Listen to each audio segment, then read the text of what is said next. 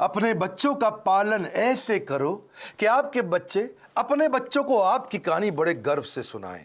नमस्कार, मैं Vivek Bindra, founder and CEO बड़ा बिजनेस.com। आज बात करेंगे बच्चों को काबिल बनाने का सबसे बड़ा रहस्य। और वो क्या है सबसे बड़ा रहस्य? पेरेंटिंग की बात करेंगे। आज ऐसे टिप्स दूंगा, हिल जाएंगे। अभिमन्यु को चक्रव्यूह भेदने की सारी कला मां के गर्भ में ही सीखने का अवसर मिल गया था। प्रहलाद 5 साल से कम उम्र के अंदर सारे शास्त्र सीख गए थे। होलिका का दहन हो गया, लेकिन प्रहलाद का दहन नहीं हुआ। होलिका, जिसको आग में ना जलने का वरदान था, वो भी जल गई। पेरेंट्स वो पहले, they are first looking glass of their children. So to be in your child memory, बच्चों की मेमोरी में रहने के लिए आपको उनके जीवन में रहना पड़ेगा। सबसे पहले कितने भी झगड़े हो माता पिता के आपस में निपटा देने चाहिए। पेरेंटिंग है, मदरिंग फादरिंग नहीं है। मदर अकेले फादर अकेले नहीं, पेरेंटिंग दोनों चाहिए है। नुकसान बड़ा हो जाता है, वरना 1 साल तक बोलना और चलना सिखाते हो छोटे बच्चे को। आप 1 साल तक उसको बोलना चलना सिखाते हो, बोलो बोलो बेटा बोलो, सीखता है। और उसके बाद आगे कई साल तक आप उसको बोलते हो चुप बैठो चुप बैठो चुप बैठो चुप बैठो। बोलना भी बंद, चलना भी बंद, चुप बैठो चुप बैठो चुप बैठो। तो क्यों सिखाया 1 साल तक बोलो चलो, अब बोल रहे हो चुप बैठो।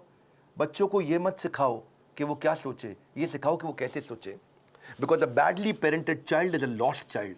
परवरिश की परख जो होगी ना आपकी, वो इस बात से होएगी कि बुढ़ापे में वो आपका कितना साथ देने वाले हैं। खराब परवरिश के कारण उसके सोशल स्किल वो खत्म हो जाते हैं, अनरिलायबल हो जाता है, अनस्टेबल, केयरलेस बच्चा होता है, आर्ग्यूमेंटेटिव होता है। आपका बच्चा रिजिड हो गया, जिद्दी है, रूड है, इनडिसिप्लिन्ड है, एंटी सोशल बिहेवियर हो रहा है, उसका अकेलापन महसूस करता है, कभी कभी पेसिमिस्टिक है, सेल्फ डिफीटिंग थॉट्स आते हैं, सीक्रेटिव है, बताता नहीं बातें अपनी, छुपाता है आपसे, सब कुछ छुपाता है, आपको दोस्त नहीं समझता, उसके अंदर फियर ऑफ फेलियर है।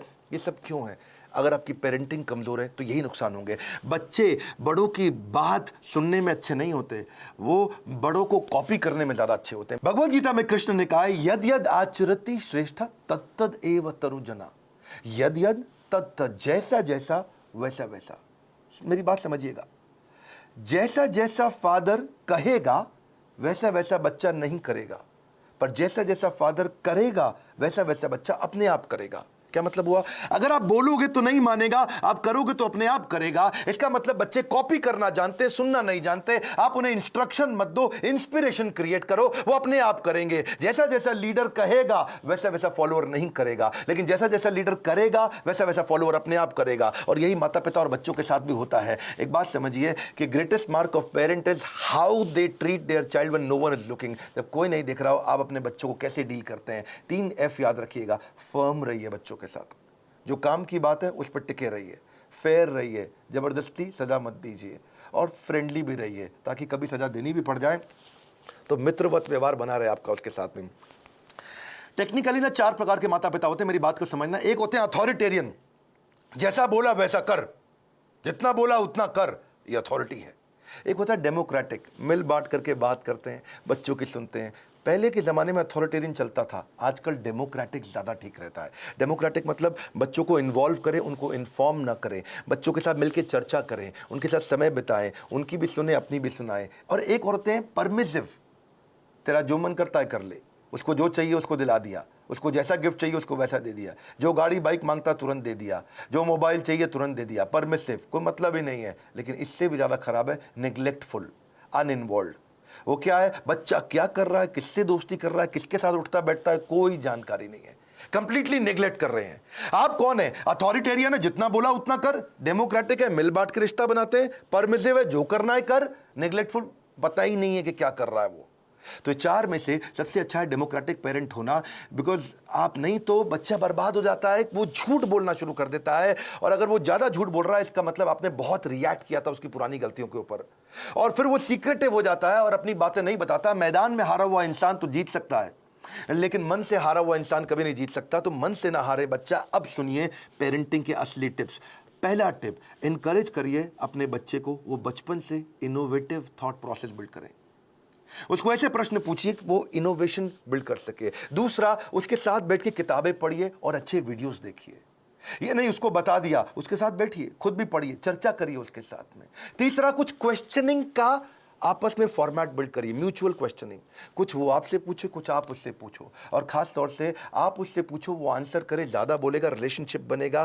प्ले विद योर चाइल्ड, उसके साथ खेलिए, फ्रेंडशिप इज द की। उसकी दोस्ती हो गई तो आपसे कभी मन नहीं चुराएगा। अगला मेरा पॉइंट है बजटिंग। बच्चे को बजटिंग सिखाओ, उससे उसके इमोशनल रिक्वायरमेंट कम होगी, इंटेलेक्चुअल कैपेबिलिटी बढ़ेगी। बजटिंग का मतलब क्या हुआ, आप उसको बता सकते हो कि भाई तुम्हें 500 रुपया हफ्ता दूंगा, उदाहरण है, आप अपनी कैपेसिटी के हिसाब से डिसाइड कर लो। 500 रुपया हफ्ता मतलब 2000 रुपया महीना मिलेगा तुमको। अब तुम्हें कोई गेम खरीदनी है, कोई खिलौना खरीदना है, बहुत इच्छा कर रही है, लेकिन तुम्हारे बजट में नहीं आता, तो तुम एक महीना रुको, अगले महीने जब तुम्हारे पास 2000 की जगह 4000 हो जाएंगे तब खरीद लेना। अगर वो 6000 का है तो 3 महीना रुको, 3 महीने बाद खरीद लेना, पैसा इकट्ठा करो। इससे वो अपनी इमोशनल डिजायर्स को रेगुलेट करना सीख पाएगा। उसको बचपन से आपने थोड़ा थोड़ा फाइनेंस सिखा दिया, वो बचपन में ही कैलकुलेटर लेकर के समझने लग जाएगा, हिसाब लगाने लग जाएगा। उसको लर्निंग, स्पीकिंग, रीडिंग, राइटिंग, इसको बोलते हैं LSRW, इसकी प्रैक्टिस कराओ। अब कभी भी अगर कोई कहानी भी सुनानी हो बच्चों को, तो कहानी किसकी सुनाओ, कुछ हेल्दी फूड के बारे में, खाने की ईटिंग हैबिट्स के बारे में, या कुछ सक्सेस के बारे में कहानी सुनाइए। क्वेश्चन आंसर की टेक्निक बहुत काम आती है। उसको सिनेरियोज देकर के क्वेश्चंस करो कि अगर ऐसा हो तो क्या करना चाहिए, ऐसी परिस्थिति में क्या करना चाहिए, तो वो सोचेगा। जब वो अच्छा सोचेगा, उत्तर देगा आपको, तो अपने आप सफल होगा। उसको पैशन ओरिएंटेड कंटेंट दिखाओ। उसका वीडियो गेम खेलने का मन करता है, उसके अंदर देखो स्किल क्या है, उस स्किल के हिसाब के वीडियोज उसके साथ बैठ के देखो, उस स्किल के हिसाब के उसको स्किल की ट्रेनिंग भी दिलाओ। उसको अगर वो बाहर खेलने नहीं जा रहा है, अंदर केवल कंप्यूटर गेम पे लगा है, या केवल बाहर खेलने जा रहा है और कंप्यूटर पे बिल्कुल नहीं बैठता, इक्वल वेटेज दो। कंप्यूटर गेम्स से भी बच्चे का माइंड शार्प होता है, और बाहर भी खेलने जाए। यानी कि फिजिकल और इंटेलेक्चुअल दोनों कैपेबिलिटीज उसकी बिल्ड करनी जरूरी है। आप उसको अलग अलग सिनेरियो के जब क्वेश्चंस करते हो ना, तो उसमें रिस्क और फेलियर को भी थोड़ा थोड़ा आने दो उसकी लाइफ में। थोड़ा स्मॉल रिस्क, स्मॉल फेलियर आने दो, तभी बाउंस बैक करना सीखेगा। उससे वो प्रॉब्लम सॉल्व करनी सीखेगा, और problem solving is a game changer. मेरा एक इंपॉर्टेंट सजेशन है, अपने बच्चे के साथ में मोटिवेशनल कंटेंट बैठ करके कंज्यूम करें, यानी इससे उसका कैन डू एटीट्यूड बढ़ेगा। मैं भी कर सकता हूं। मोटिवेशनल कंटेंट के लिए जो भी अच्छे वीडियोस हैं, केवल मैं मेरे वीडियोस नहीं बोलता हूं, कई प्रकार की इंस्पिरेशनल स्टोरी बेस्ड वीडियोस आते हैं, कई एनिमेटेड वीडियोस होते हैं। उसके साथ बैठो, देखो, उससे पूछो आपने क्या सीखा, फिर आप बताओ आपने खुद क्या सीखा, फिर वो बताए उसने क्या सीखा। तो इससे उसके अंदर कैन डू एटीट्यूड बिल्ड होगा, और हो सके तो थोड़ा ऑर्गेनाइज करने में उसकी मदद करो। उसके साथ बैठ करके देखो, अपने आप बच्चा ऑर्गेनाइज कभी नहीं होगा। बेड लगाना तो आप मत लगाएं, अगर आप माँ हैं, बच्चे को साथ में लगाएं कि हम दोनों मिलकर आज बेड लगाएंगे, हम दोनों मिलकर आज अलमारी सेट करेंगे, हम दोनों मिलकर आज वॉशरूम साफ करेंगे, हम दोनों मिलकर के आज अपनी स्टेशनरी को ऑर्गेनाइज करेंगे, हम दोनों मिलकर के आज किताबों के कवर चढ़ाएंगे। और उसके बाद धीरे धीरे आप उसको बोले अब तुम करके दिखाओ, पहले आप करो और वो करे साथ में, फिर उसके बाद उसको बोलो अब तुम अकेले करके दिखाओ मुझको। उसकी थॉट प्रोसेस अगर बिल्ड होना शुरू हो जाए तो उसको प्रेज करो, तारीफ करो। उसको कभी कोई स्टोरी सुनानी हो तो ग्रोथ माइंडसेट की स्टोरी सुनाओ। आपको उसकी तारीफ करनी, actions that are appreciated they get repeated. तो जिस एक्शन पे आप उसको अप्रिशिएट करेंगे, उस एक्शन को बार बार लेगा। जिस व्यवहार पे दोगे पुरस्कार, उसी को तो वो दोहराएगा बार बार। और आप क्या करें, जब भी चर्चा करनी हो, गोल ओरिएंटेड चर्चा करो, फ्री फ्लो चर्चा नहीं होनी चाहिए। और क्या मजे हो रहे हैं, बस आप लगे ही हुए, इसके बाद कुछ भी बात किए जा रहे हैं। सोचिए मैं इसको कैसा बनाना चाहता हूं, उस सब्जेक्ट की कहानियों पे चर्चा करो, गोल ओरिएंटेड।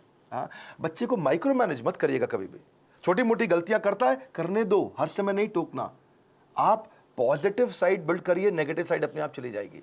नेगेटिव साइड को मना करोगे कभी नहीं जाएगी। तो इसलिए पॉजिटिव सोल्यूशन ओरिएंटेड क्वेश्चन पूछो। अगर वो कोई गलती कर भी देता है, बताओ मत तूने ये गलत किया, उससे पूछो इसको और अच्छे से कैसे कर सकते थे बेटा, इससे अच्छा तरीका क्या है। ये क्या है, पॉजिटिव सोल्यूशन ओरिएंटेड क्वेश्चन। बेटा आपको क्या लगता है सबसे इंटेलिजेंट बच्चे इसको कैसे हैंडल करते, बेटा आपको क्या लगता है सबसे अच्छा तरीका इसको करने का क्या हो सकता है। तो वो बेचारा कंपल्शन में आपको सही आंसर देगा।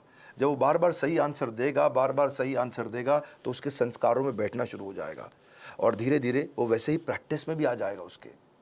इसके बाद इसी का तरीका, इसी को बोलते हैं इन्वॉल्विंग पेरेंट बनना, इन्फॉर्मिंग पेरेंट नहीं बनना है आपको। और तभी आप उसके सोशल स्किल और इमोशनल लर्निंग्स बिल्ड कर सकोगे।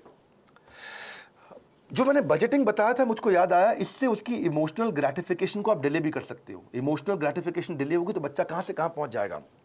आप रूटीन बनाने का प्रैक्टिस करिए, पहले खुद का रूटीन बनाइए, तभी बच्चे का बनेगा। ये नहीं कि आप आजकल वर्क फ्रॉम होम में बिस्तरे पे पड़े हुए हैं तो बच्चा भी ऐसे ही लेटा रहेगा, बैठेगा, अपनी क्लास नहीं अटेंड करेगा वो। तो और क्योंकि आप स्ट्रगल करते हो रूटीन फॉलो करने में और वो भी ये स्ट्रगल करने लग गया, तो पूरा परिवार आगे बढ़ेगा, इंप्रूव करेगा। उसको अगर और स्टोरी सुनानी हो, जैसे मैं स्टोरी की बात बार बार कर रहा हूं, तो डिसिप्लिन की स्टोरी सुनाओ। और अगर वो डिसिप्लिन नहीं है तो चिल्लाओ मत, डिसिप्लिन की कहानी सुनाओ, तभी धीरे धीरे इंप्रूव करेगा बच्चा। अगर आपने उसको बोला ना, बेटा सॉरी बोलो, आंटी को सॉरी बोलो, बेटा तुम गलत कर रहे हो सॉरी बोलो, सॉरी बोलो, समझ नहीं आ रहा मैं कह रही हूं सॉरी बोलो, बड़ा बेकार बदतमीज बच्चा, सॉरी बोलो। तो वो क्या करेगा, उसको लगेगा सॉरी बोल दूंगा बच जाऊंगा, अच्छा सॉरी, उसको लगा ले मम्मी चुप हो गई, ठीक है आगे से मत करना। अब वो चला गया, उसको लगा देखो जल्दी बच के निकल गया मैं, सॉरी बोलो सॉरी बोलो सॉरी बोलो, कुछ नहीं होगा, सॉरी सोचो, सॉरी सोचो। डीलिंग ठीक नहीं करनी है, फीलिंग ठीक करनी है, कंटेंट ठीक नहीं करना है, इंटेंट ठीक करना है। फ्रूट्स बाद में मिलेंगे, पहले रूट्स चाहिए आपको। तो डिसिप्लिन की स्टोरी सुनाइए उसको, ताकि वो थॉट प्रोसेस बिल्ड हो जाए। पब्लिक में उसकी बेइज्जती कभी मत करो, आपको पब्लिक में उसकी तारीफ करो, बेइज्जती कभी करनी है, या बेइज्जती मतलब थोड़ा करेक्शन भी देना है तो प्राइवेट में करो, अकेले में करो। क्योंकि कंपेयर, कंप्लेन, क्रिटिसाइज ये कैंसर है, रिकॉग्नाइज, रिफॉर्म, रेक्टिफाई यही उसको ग्रोथ देगा। बात समझिए कि आप उसका नेचर बदल ही नहीं सकते, आपको नेचर बिल्ड करना है, नेचर बदलना नहीं है, नेचर डेवलप करना है आपको। कभी परेशान हो तो उसको हक करो, उसको पॉजिटिव टच दो अपना, तभी बात बनेगी आपकी। उसको नए नए प्रकार के स्किल सेट सिखाओ। आजकल तो कोडिंग बचपन से बच्चों को सिखा रहे हैं, 5 साल का बच्चा भी आजकल मोबाइल ऐप बनाने की तैयारी कर रहा है।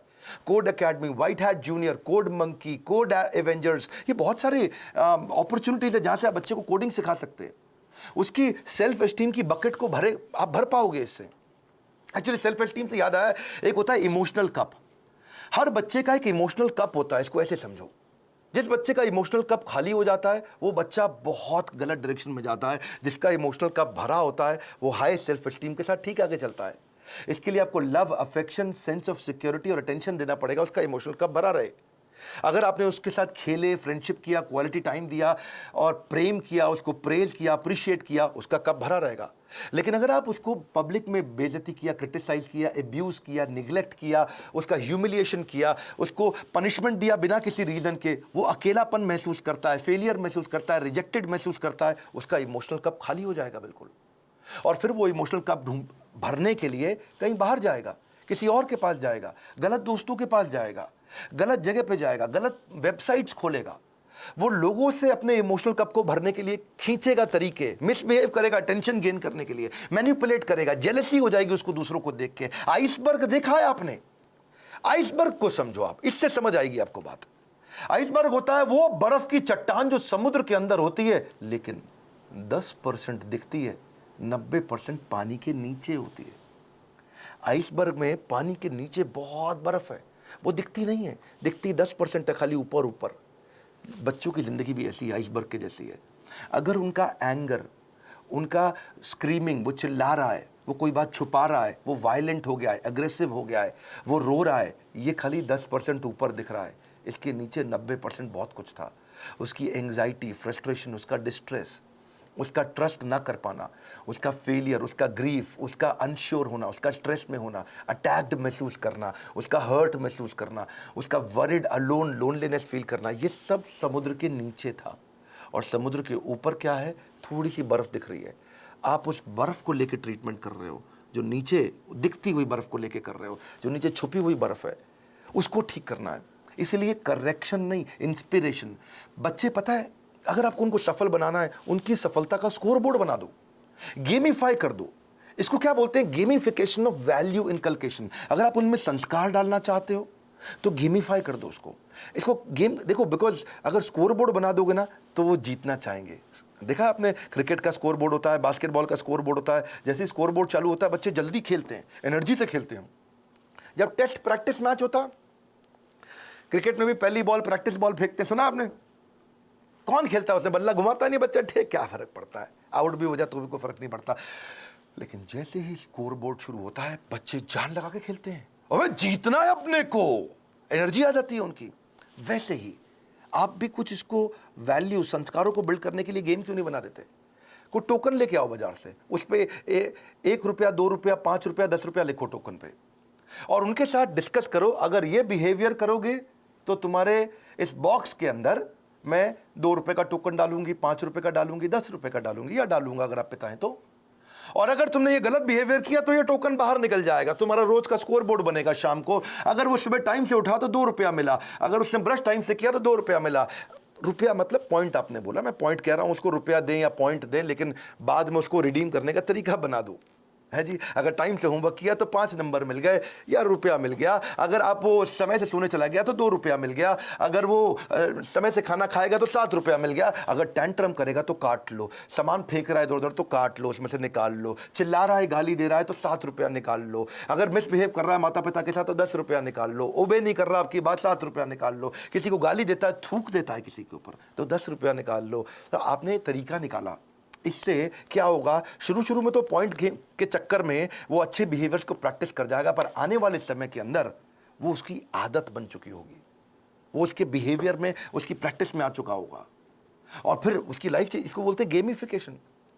बच्चे को अकेला मत छोड़ो इतना। बच्चों के आंसू ना कड़वे होते हैं, उन्हें मीठा करना है आपको। उसकी जिज्ञासा गहरी होती है, उसको शांत करना है। उसका दुख बहुत तीव्र होता है, इससे उससे ले लो। उसका हृदय कोमल है, उसे कठोर मत बनाओ। Your children will become what you are, so be what you want them to be. बड़ी सिंपल सी बात है भैया। अगर आप दोनों का आपस में झगड़ा भी है पति पत्नी का, बच्चों के लिए सुलझा लो। आओ साथ में बैठो, बात करो, प्यार करो दूसरे को, ताकि बच्चे का जीवन सुरक्षित हो सके। ये फादरिंग नहीं है, मदरिंग नहीं है, ये पेरेंटिंग है। गलती किसी की भी हो, आप दोनों में से ईगो को साइड में रखो, बच्चे को और सिखाओ, आगे बढ़ाओ। हमने भी बच्चों के लिए बहुत प्रोग्राम्स बिल्ड किए हैं। मैंने बच्चों का एक प्रोग्राम एंटरप्रेन्योरशिप का लेकर के आए, जिसको हम बोलते हैं एवरीथिंग अबाउट एंटरप्रेन्योरशिप।